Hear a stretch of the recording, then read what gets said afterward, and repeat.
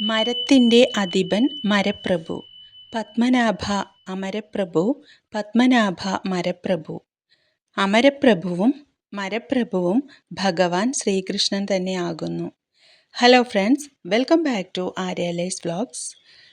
കേരളത്തിൽ ഗുരുവായൂരിലെ Sreevalsam guest house കോംപ്ലക്സിൽ സ്ഥിതി ചെയ്യുന്ന പ്രതിമയാണ് ഗുരുവായൂർ മരപ്രഭു. ഗുരുവായൂരപ്പൻ്റെ സൃഷ്ടിപരമായ വ്യാഖ്യാനമാണ് മരപ്രഭു.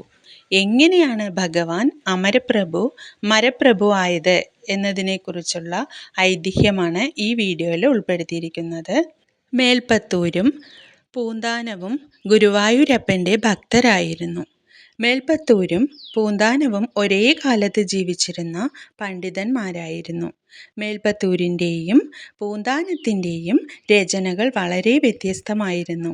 സംസ്കൃതത്തിലായിരുന്നു മേൽപ്പത്തൂരിൻ്റെ രചനകളെല്ലാം, എന്നാൽ പൂന്താനം മലയാളത്തിലായിരുന്നു രചിച്ചിരുന്നത്.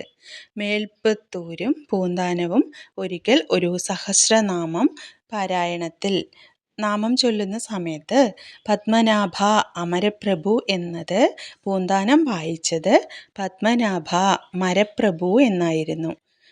വൃക്ഷങ്ങളുടെ ദൈവം എന്നാണ് മരപ്രഭു എന്ന് പറഞ്ഞാൽ. പൂന്താനത്തിൻ്റെ ഈ തെറ്റിനെ മേൽപ്പത്തൂർ ചിരിച്ചുകൊണ്ട് അപമാനിച്ചു. പൂന്താനത്തിൻ്റെ രചനകൾ എല്ലാം കൂടുതലായിട്ടും ഭഗവാനെക്കുറിച്ചുള്ളതും അദ്ദേഹം ഭക്തിയാൽ നിറഞ്ഞതുമായിരുന്നു. മേൽപ്പത്തൂരിൻ്റെ ഈ പരിഹാസ വാക്കുകൾ കേട്ടിട്ടും പൂന്താനത്തിനൊന്നും തോന്നിയിരുന്നില്ല. എന്നാൽ ആ സമയത്ത് ഗുരുവായൂരപ്പൻ തൻ്റെ ഭക്തൻ്റെ സഹായത്തിനെത്തുകയായിരുന്നു. പൂന്താനത്തെ അപമാനത്തിൽ നിന്നും രക്ഷിക്കാൻ ഞാനും മരപ്രഭു എന്ന് ആകാശസ്വരമായി കേൾക്കുകയുണ്ടായി എന്നാണ് വിശ്വാസം. നമുക്ക് മരങ്ങളും ഔഷധ സസ്യങ്ങളും എല്ലാം ഒരുപാട് ഔഷധങ്ങളുടെ വളരെയധികം ഒരു സ്രോതസ്സാണ് അല്ലേ?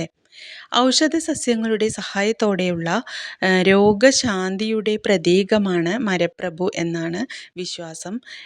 അതുപോലെ തന്നെ രോഗങ്ങളെ സുഖപ്പെടുത്താനും ജീവൻ രക്ഷിക്കാനും കഴിയും.